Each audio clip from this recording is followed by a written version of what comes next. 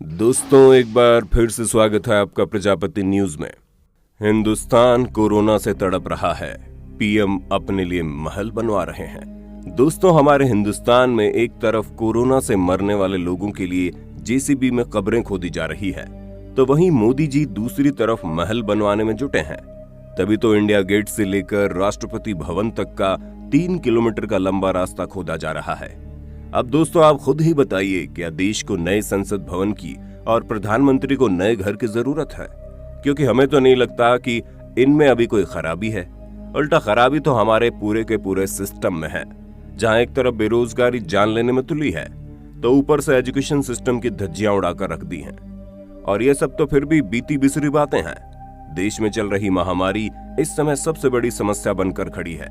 ऐसे में दोस्तों, आज की इस वीडियो में, यानी मैं आपका दोस्त विशाल प्रजापति, आपको ये बताऊंगा कैसे हमारे देश की सरकार पूरी तरह से अंधी बनी बैठी है और देश को मौत के अंगारों में चलने को मजबूर कर रही है। पैसा ले लो, ऑक्सीजन भी दे दो। और हाँ, याद रहे, YouTube हमारे इस वीडियो की नोटिफिकेशन 1 करोड़ सब्सक्राइबर्स में से सिर्फ कुछ हजार लोगों को ही भेजेगा और थोड़ी देर में इस वीडियो को भी गायब कर देगा, क्योंकि उसे अश्लीलता से ज्यादा पैसे मिलते हैं, ना कि हमारे जैसे सरकार के खिलाफ बोले गए वीडियो से।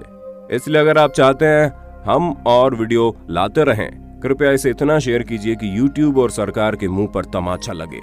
20,000 करोड़, ये इतना पैसा है कि अगर इसकी कोई फैक्ट्री लगा दी जाए तो न जाने कितने सारे बेरोजगारों की जिंदगी जीने की एक नई उम्मीद मिलेगी।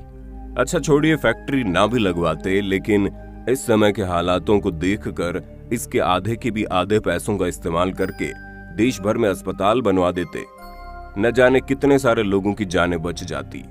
क्योंकि इस समय हमारे देश में सबसे ज्यादा मेडिकल फैसिलिटीज की जरूरत है और महान भारत देश के प्रधानमंत्री श्री नरेंद्र मोदी के दिमाग में अक्लमंदी वाली बातें डाले तो डाले कौन?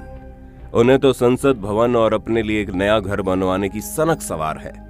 तभी तो हमारे देश के प्रधानमंत्री राष्ट्रपति भवन के सामने 15 एकड़ यानी कि लगभग 24 बीघा जमीन पर अपने लिए महल बनवा रहे हैं। सिर्फ इतना ही नहीं, नया संसद भवन भी बनवा रहे हैं।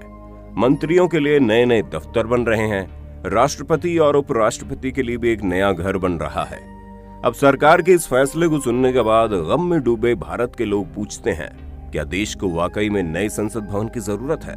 क्या प्रधानमंत्री के लिए 7 लोक कल्याण मार्ग पर बने 12 एकड़ आलीशान घर की छत बारिश में टपकती थी, जो उन्हें दूसरा घर बनवाने की इतनी जल्दी है? और क्या 6 एकड़ में बने संसद भवन में सीलन पड़ गई थी, जो उसे वापस से बनाने का काम शुरू कर दिया गया है? और क्या नॉर्थ ब्लॉक पर बने मंत्रियों के बाथरूम का फ्लश खराब हो गया था, जो उन्हें नए ऑफिस बनाकर दिए जा रहे हैं? और क्या राष्ट्रपति भवन, जो कि पूरा 330 एकड़ का है, वो छोटा पड़ गया था क्या, जो नए राष्ट्रपति भवन की जरूरत है? दोस्तों, ऐसे में क्या आपके दिमाग में ये सवाल नहीं आता कि आखिर देश के प्रधानमंत्री और बाकी मंत्री आंखों में पट्टी बांधकर क्यों बैठे हैं? आगे बढ़ने से पहले अगर आप हमारे चैनल पर नए हैं तो प्लीज सब्सक्राइब करके घंटा हिलाना मत भूलना। ऐसा करने से आप पर कृपा आनी शुरू हो जाएगी। ट्राई करो, इट्स वर्क। कहा जाता है कि बाकी पुरानी चीजों की तरह ही देश का पुराना संसद भवन और दूसरी इमारतों को भी म्यूजियम बना दिया जाएगा। अब दोस्तों, अगर आपने इतिहास पढ़ा होगा तो आपको ये बड़े अच्छे से मालूम होगा कि शाहजहां ने ताजमहल बनवाया था, अकबर ने आगरा का किला बनवाया, बुलंद दरवाजा बनवाया और उसके अलावा भी कई ऐसी चीजें मुगल साम्राज्य में बनाई गई जो आज भी पॉपुलर है। ऐसे में जब इमारतें बनवाने में मुगल साम्राज्य का इतना बड़ा हाथ है, तो भला नरेंद्र मोदी जी इस साम्राज्य में इस काम में कैसे पीछे रह सकते हैं? तभी तो सरदार वल्लभ भाई पटेल की मूर्ति, जो दुनिया की सबसे ऊंची मूर्ति है, वो तो यहाँ पर बनवा ही दी गई है। लेकिन हद तो तब हो गई जब जनता की पाई पाई जुटाकर भरे गए टैक्स का इस्तेमाल करके ये बड़े मंत्री लोग खुद को कुछ ज्यादा ही काबिल समझने लगते हैं।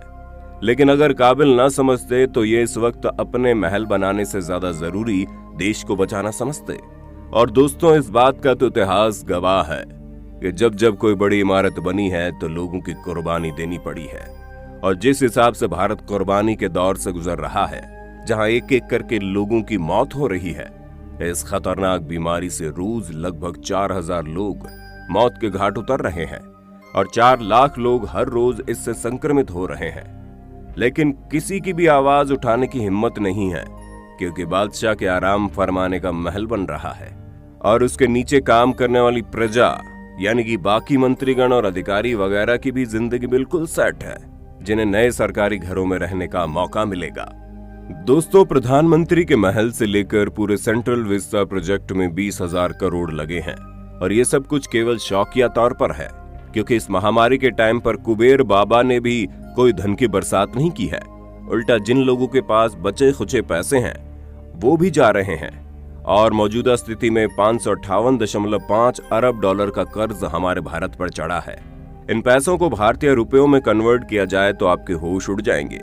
अब दोस्तों, जिन लोगों को ये सेंट्रल विस्टा वाली कहानी समझ में नहीं आई है, उनके लिए हम आपको आसान भाषा में बताएं तो आप साफ साफ देख सकते हैं कि कैसे इस तस्वीर में आपको इंडिया गेट दिखाई दे रहा है। बीच में एक रोड दिखाई दे रही होगी। दोस्तों, ये रोड संसद भवन के बगल में राष्ट्रपति भवन पर जाकर खत्म होती है। इस रोड की दूरी 3 किलोमीटर लंबी है, जिसे राजपथ कहते हैं, और इसी रोड पर 26 जनवरी के दिन परेड निकलती है। और जो रोड के अगल बगल हरी जमीन दिखाई दे रही है, इस पर बैठकर लोग परेड देखते हैं। लेकिन दोस्तों, अब राजपथ के इस 3 किलोमीटर एरिया में, जिसे सेंट्रल विस्टा कहते हैं, वहां अब सड़क के किनारे मोदी जी के साथ उनके मंत्रियों के घर और दफ्तर भी बनाए जाएंगे। और आप दूसरी तस्वीर में साफ साफ देख सकते हैं कि कैसे इस पूरे एरिया में खुदाई चल रही है। अब आपको ये समझ में आ गया होगा कि जो अच्छे दिनों की बात नरेंद्र मोदी जी करते थे, वो किसी और के लिए नहीं बल्कि अपने लिए करते थे। तभी तो आज जहां इंसान पल पल मर रहा है, वहीं मोदी जी अपना महल बनाने में लगे पड़े हैं। अब दोस्तों, आप खुद ही सोचिए, अगर इस तरह से सरकार काम करेगी तो भला कैसे हमारा देश तरक्की करे। और तरक्की तो छोड़ दीजिए, इस वक्त लोगों को सरकार की जरूरत है, सरकार की मदद की जरूरत है, लेकिन सरकार तो अपना उल्लू सीधा करने में लगी पड़ी है। अब न जाने कब इस देश में ऐसी कोई सरकार आएगी जो निस्वार्थ भाव से जनता की सेवा करेगी, क्योंकि इस सरकार ने तो दामन छोड़ दिया है। बाकी आपको क्या लगता है, आने वाले समय में कोई ऐसा नायक आएगा जो देश को बदलेगा, या फिर सब इसी तरह से निकल जाएंगे अपना अपना स्वार्थ करके पूरा? अपना जवाब हमें कमेंट बॉक्स में जरूर दीजिएगा और इसी तरह के इंटरेस्टिंग वीडियोस को लगातार देखते रहने के लिए चैनल को लाइक, शेयर और सब्सक्राइब करना बिल्कुल ना भूलें देना। और हाँ, हम फिर मिलेंगे नई वीडियो में, तब तक के लिए जय हिंद, जय भारत। दोस्तों, आपकी स्क्रीन पे 2 और वीडियोस दिख रही हैं, जिसे देखने के लिए आप इस स्क्रीन पर क्लिक करें। दोनों देखिएगा, बहुत अच्छी वीडियो बनी है।